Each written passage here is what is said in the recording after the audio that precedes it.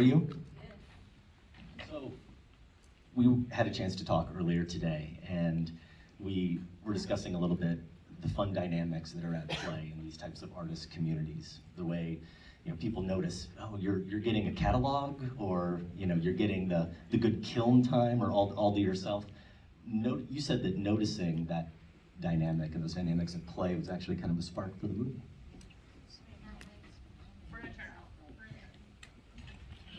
Can you talk about how that helped spark the idea for the film? Thanks so much. I didn't hear anything you said. Spark the idea. Story of my life. No, spark the idea for the movie? Yeah, those dynamics okay. that you noticed. Yeah, the idea for the movie.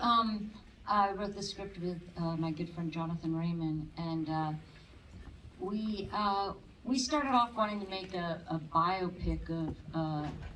We thought about the painter Emily Carr, who's this painter we thought was very obscure, and we were going to talk about her time when she was a landlord, and thought being a landlord would help her to have more time to make art instead of having a day job, but her tenants ended up eating up all of her time. But then we went to Canada and we found out that she's a hugely famous painter, and so we decided to come back to Portland and work more in our own world with sort of depicting a world that we knew more closely, and centering it around this, what is the Oregon College of Arts and Crafts, which is was a pretty important pottery, ceramics hub in the 60s and 70s, and even up to today in the Pacific Northwest, but that is, like a lot of art schools, shut its doors. And so we wanted to kind of shoot in this space and set it in this school. And so, so that was kind of how it all, but we wanted to make a film about, someone who has the impulse to make work every day, but, who's balancing making a living and all the other things we deal with in life. I was wondering if you could talk about a couple of the artists that you relied on for this movie, for Lizzie and Joe's work, specifically Cynthia Lottie and Michelle Segre, and those pieces, were they commissioned for the film? Were they created for the film, or did you choose them? Michelle Segre has the big art that's Joe's art, and she works out of the Bronx. And I'd made a short film of her, just spending some days with her in her studio, just sort of wading into how I would film someone at work.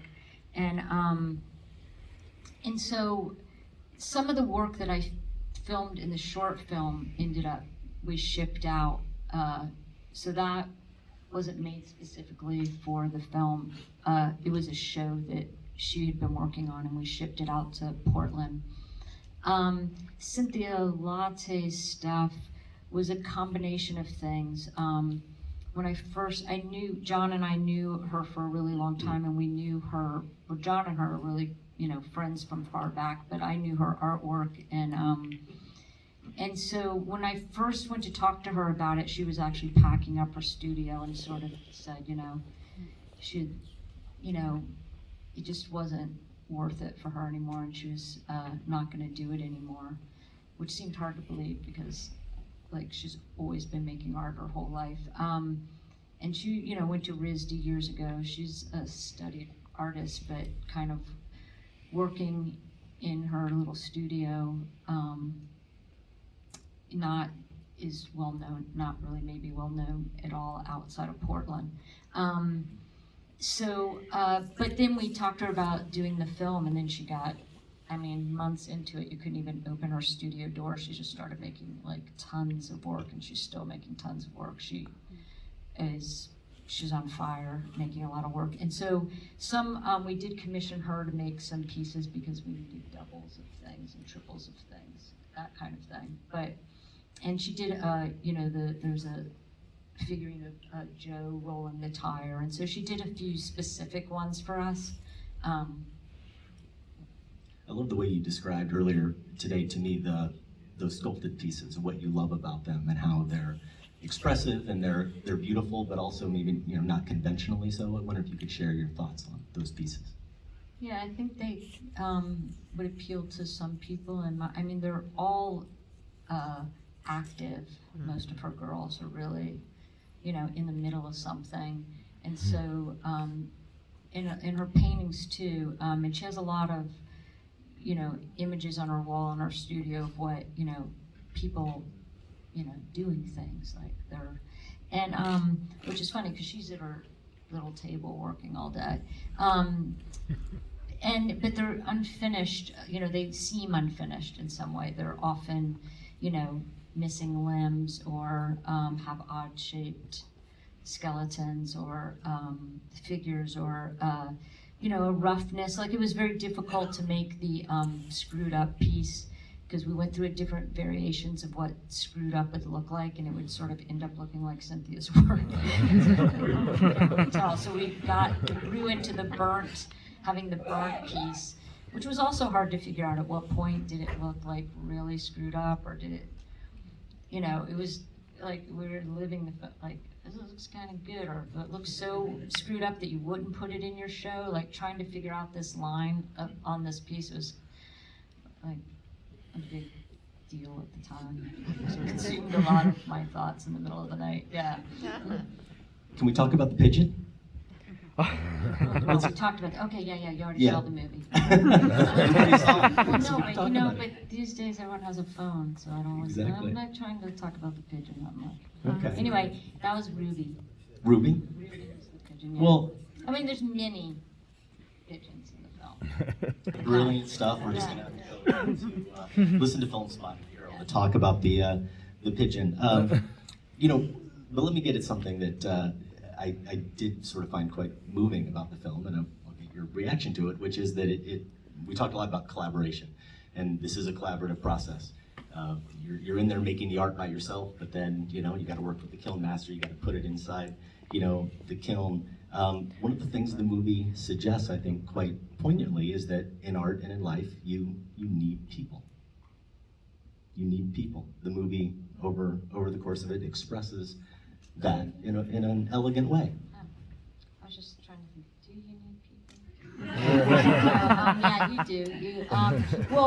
These are people that work in their studios by themselves.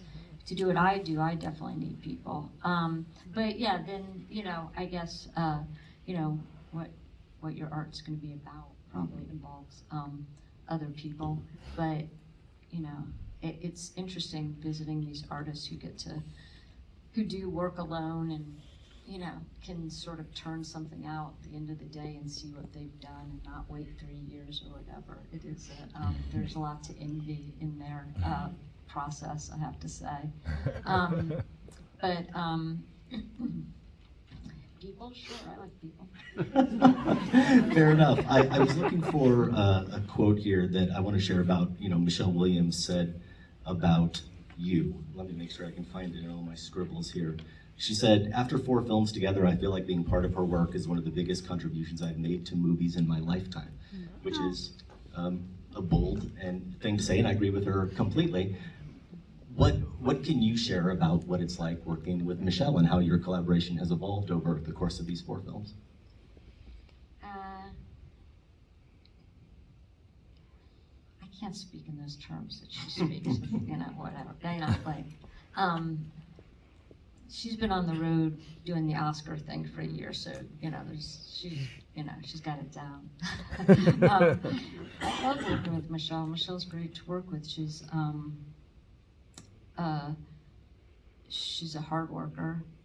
She had to obviously do a lot of work for this before she even got there. She spent quite a long time. Well, first we just sent her clay, and she worked at home doing sort of Zoom tutorials with Cynthia Latte, and then eventually came to Portland and started working in Cynthia's studio with her. But she had to, both Hong and Michelle had to, obviously spend time with the work and so that they could be comfortable doing what they were going to be doing on camera and feel at home with it. And so that was, she's up for that, as was Hong, which is great, as was, Andre Benjamin I sent to Long Beach, Cal State, where he was gonna spend a day learning the kilns and how to, they have a lot of different kilns there and some really gigantic ones. And he ended up just keep going back and back and back. He got really caught up in it and really liked, oh, clay. I knew I should be making stuff in clay. So, it's, when you start working with the actors, it's great because in the writing stage or in the imagining stage, you're kind of changing who these people are all the time. And then suddenly you're, have a person's voice. And Michelle was working a lot with her voice, and she's actually doing quite a lot in this film, I think. With her body and her, just her whole being. And so I think by now there's a good amount of trust between the two of us where we're, it just helps us to be a little bit braver, I think, with the things we're trying to do.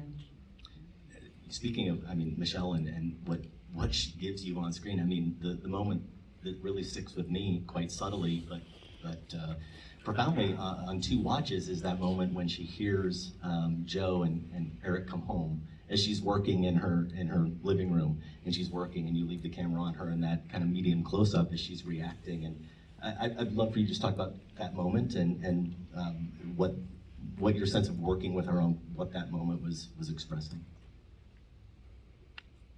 I'm sure that moment was about.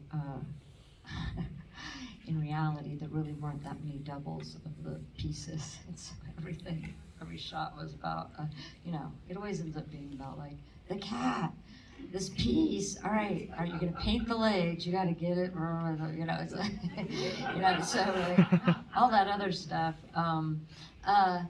We had Andre and Hong did the drive up, so she would have something to respond to, and just that she's in her place and she's working, and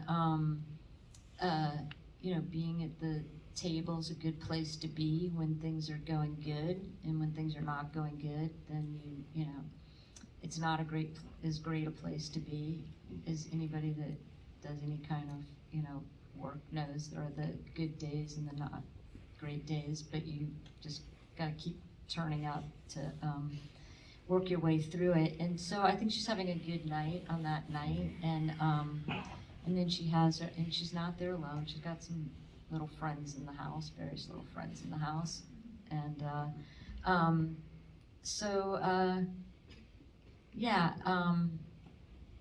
don't want to interpret any moment for anybody, but she's working on a nice piece. Yeah.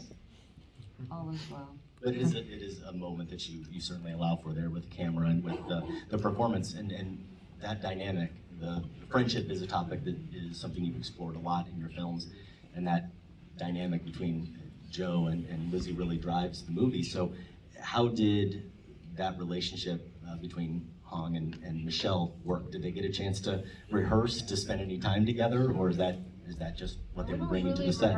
Yeah, we don't ever really rehearse. It's like they spend time learning their art and in their clothes and in the locations at the school, and they spend time with animals or all that. But we don't really do the scenes until we're doing the scenes. They were both had babies of similar age with them, and so I think the feeding room was probably a getting to know you time. But they really, they're both really professional, really skilled people, and they had a good energy. They kind of just jumped right into it. You never sort of really know until you're there and the chemistry between two people is happening, and you're just like, oh wow, this is really working out. This is cool. This is Hong seemed have a lot of Joe traits to her. Like you're seeing Joe and Lizzie kind of come off the page and become these. You really see them sort of becoming who they are as they're responding to each other. Kind of, your response to the other person is where I think they kind of dig in. And so, yeah, it was pretty thrilling just seeing them